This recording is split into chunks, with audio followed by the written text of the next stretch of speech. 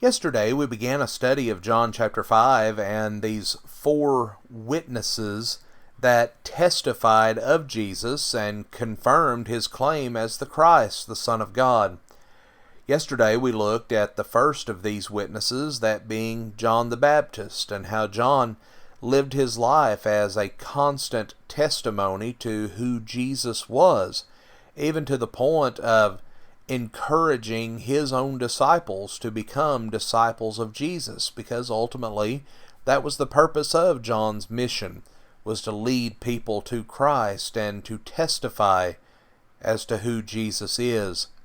But today we're going to pick up our study in John chapter 5 and verse 36. And here it reads, "But the testimony which I have is greater than the testimony of John, for the works which the Father has given me to accomplish, the very works that I do, testify about me, that the Father has sent me." The works that he's talking about here are the miracles that he was performing. And the purpose of these miracles was to produce faith. Near the end of his gospel, John wrote, "Therefore many other signs Jesus also performed in the presence of his disciples, which are not written in this book. But these have been written so that you may believe that Jesus is the Christ, the Son of God, and that believing you may have life in his name." John 20, verses 30 through 31. When the Jewish leaders challenged Jesus to tell them plainly if he was the Christ, he pointed them to the works that he had done in John 10, verses 24 and 25, which would include the miracles that he had performed to prove that he really is the Christ. The Gospel of John records several miracles that reveal certain things about Jesus. We start out in John 2 and verses 1 through 11, where Jesus turned the water into wine. In having the servants fill the pots to the brim, he demonstrated that this was a genuine miracle and not some type of trick or illusion. In John 4, verses 46 through 54, we see Jesus healing the son of a nobleman. And this miracle showed that he had the power to heal a specific person over a long distance.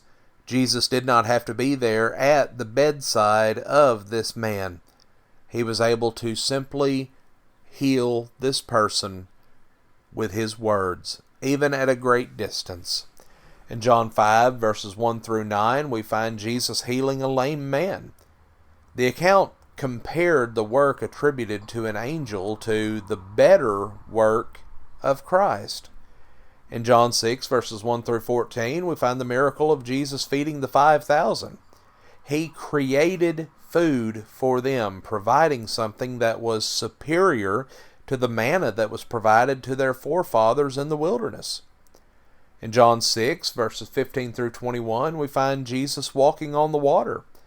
He was able to set aside the natural laws of gravity because he was superior, because he has all authority in heaven and on earth. In John 9 and verses 1 through 7, Jesus healed a blind man, and this individual was one who had been blind from birth, so this was not a temporary condition. Yet this did not hinder Jesus from being able to grant him the gift of his sight. And then in John 11, verses 1 through 44, we find Jesus raising his friend Lazarus from the dead. Rather than hurrying to him when he was informed that he was sick, Jesus waited until Lazarus had passed away. When he finally arrived at the tomb of Lazarus, the body would have already begun to decay.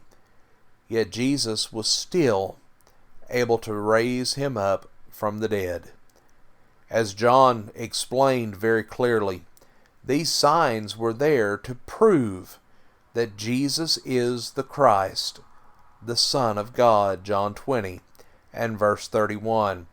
If this were not true, then he would not have been able to perform these miracles. And so we see that these works that Jesus performed are a testimony to his position as the Christ, the Son of God. Friends, we thank you for joining us for our program today, and have a blessed day.